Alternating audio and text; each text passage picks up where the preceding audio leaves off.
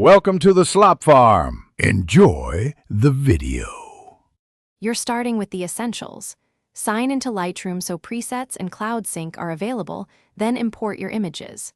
Once done, create an album and drop in the photos you want to edit. Batching saves time. Make sure to pick a representative photo first because you'll copy settings to the rest. This is faster than editing one by one. Now tap the image to open the edit view and move to exposure adjustments to establish the base look before diving into color and detail work. Start by nailing exposure. Adjust exposure, contrast, highlights, and shadows so the subject reads clearly. Then, shift to color. Use temperature and tint to correct white balance, followed by vibrance and saturation for punch without clipping.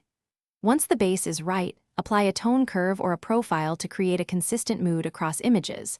This is why profiles are useful. They establish a coherent look fast. When satisfied, copy the settings or create a preset. This speeds up applying the same adjustments to finalize the image by sharpening and applying noise reduction only where necessary. Overdoing it creates artifacts. Then crop for composition, remove distractions with the heal tool, and use local adjustments for targeted highlights or dodge and burn. Once done, export with the right format, resolution, and quality settings. Pick sRGB for web.